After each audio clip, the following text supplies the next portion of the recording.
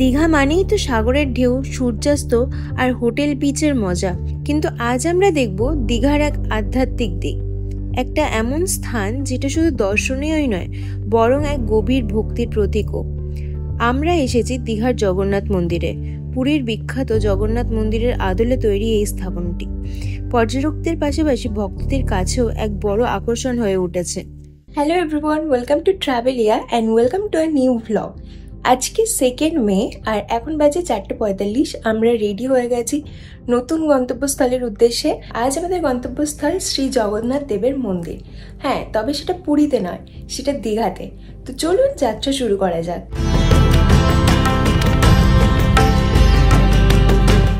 আমরা দীঘা পৌঁছাই প্রায় 12টা নাগাদ এবং দীঘা পৌঁছেই প্রথমেই আমাদের চোখে পড়ল রাস্তা খুব সুন্দরভাবে সাজানো, এবং আমরা চলে আসি নিউ দীঘাতে আমাদের হোটেল অভিপ্সাতে, যেখান থেকে জগন্নাথ মন্দিরের দূরত্ব গাড়িতে 5 মিনিট এবং পায়ে হেঁটে প্রায় 15 মিনিট। এই হোটেলের সমস্ত ডিটেলস আপনারা পেয়ে যাবেন পরের ভিডিওতে।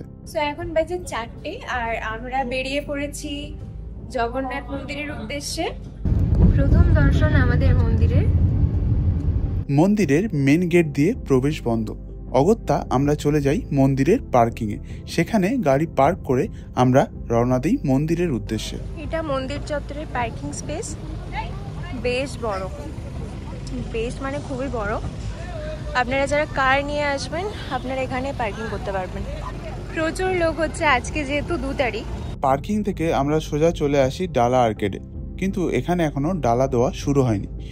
এর ভিতরে আমরা প্রবেশ করে আমাদের জুতো রাখলাম, এবং এখানে জুতো রাখার জন্য কোনো টোকেন নেই, আপনি নিজের দায়িত্বে আপনারা জুতো রাখতে পারেন। দীঘার জগন্নাথ মন্দিরটি অবস্থিত নিউ দীঘা এলাকায়। 30শে এপ্রিল অক্ষয় তৃতীয়ার দিন মন্দিরটি খুলে দেওয়া হয় জনসাধারণের জন্য। এটি ওড়িশা পুরীর জগন্নাথ মন্দিরের আদলে তৈরি করা হয়েছে। পুরীর মন্দিরের মতোই দীঘার মন্দিরেও রয়েছে 4টি দুয়ার। মূল ফটক দিয়ে ঢুকে প্রথমে দেখা যাবে গ্রানাইট পাথরের তৈরি অরুণ স্তম্ভ। 34 ফুটের এই অরুণ স্তম্ভের ঠিক পরেই রয়েছে সিংহদুয়ার। সিংহদুয়ারের ঠিক উল্টো দিকে ব্যাঘ্র দুয়ার এবং হস্তি দুয়ার ও তারপর অশ্ব দুয়ার। কেমন লাগছে মন্দির থেকে এখনো অবধি তো ভালোই লাগছে। আমাদের মুখ্যমন্ত্রী মমতা ব্যানার্জি এখানে এসে অনুষ্ঠান করে গেছেন। প্রতিটি দুয়ারের মাথায় রয়েছে 200 কেজি ওজনের অষ্টধাতুর চক্র। মূল মন্দিরের উপরে রয়েছে নীল চক্র, যার ওজন 1.5 টন ও উচ্চতা 23 ফুট। মন্দিরে ঢোকার রাস্তায় রয়েছে 22টি পিলারের রোড শেড ও এই রোড শেডের দুপাশে 6টি করে বাতি স্তম্ভ।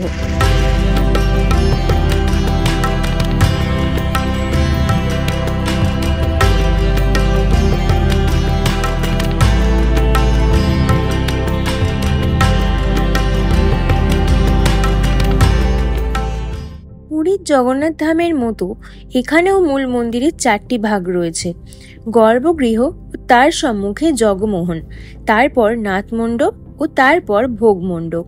গর্ভগৃহে বেদির উপরে বিরাজমান স্বয়ং জগন্নাথ, বলরাম ও সুভদ্রার মূর্তি। পুরীর জগন্নাথ মন্দির একটি প্রাচীন মন্দির। এটি দ্বাদশ শতকে রাজা অনন্ত বর্মা নির্মাণ করেন। ভারতের 4 ধামের মধ্যে এটি অন্যতম। অন্যদিকে দীঘার জগন্নাথ মন্দির একটি আধুনিক স্থাপনা। 2020 সালে এর নির্মাণ কার্য শুরু হয়। এটি একদম নতুন, তবে পুরীর মন্দিরের অনুকরণে তৈরি করা। পুরীর মন্দিরে শুধু হিন্দুরাই প্রবেশ করতে পারেন এবং কিছু নির্দিষ্ট নিয়ম কানুন মানতে হয়, কিন্তু দীঘার মন্দিরে সব ধর্মের মানুষ প্রবেশ করতে পারেন। এখানে নিয়ম কানুন কিছুটা শিথিল ও সকলের জন্য উন্মুক্ত। পুরীর মন্দিরের গম্বুজ অনেক উঁচু ও রাজকীয়, শতাব্দীর প্রাচীন পাথরের কাজ। দীঘার মন্দির অপেক্ষাকৃত কম উঁচু, তবে খুব সুন্দর ও আধুনিক নির্মাণ শৈলীতে গঠিত। দুটোই নিজস্বভাবে সুন্দর ও ভ্রমণ পিপাসুদের জন্য 2টি জায়গায় গুরুত্বপূর্ণ।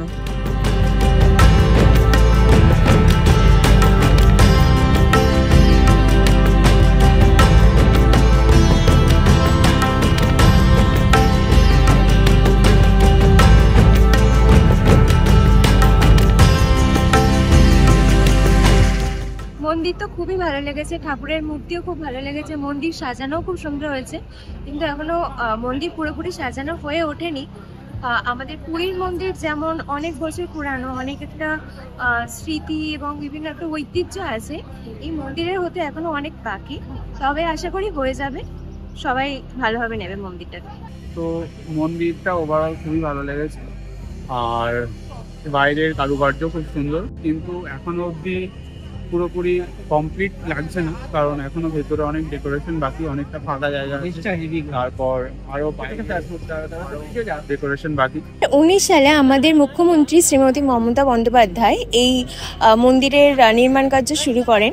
এরপর 2020 থেকে 21 পর্যন্ত এই মন্দিরের নির্মাণ কার্য বন্ধ ছিল কোভিড এবং অন্যান্য কারণবশত।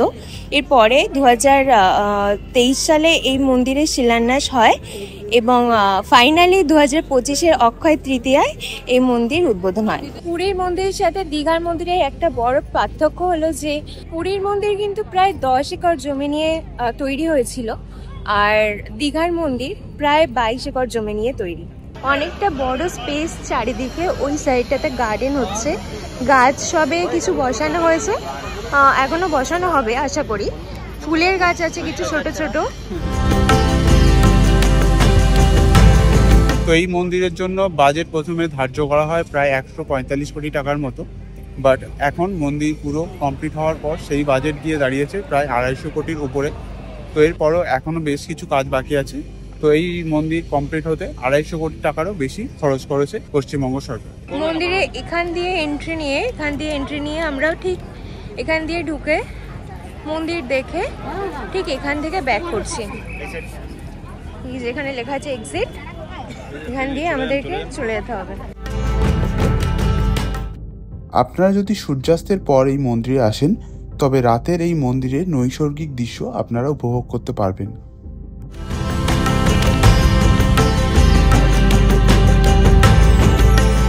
মন্দির থেকে বার হওয়ার পথেই আপনারা দেখতে পাবেন ভগবান জগন্নাথ, বলরাম এবং সুভদ্রার জন্য তৈরি রথ।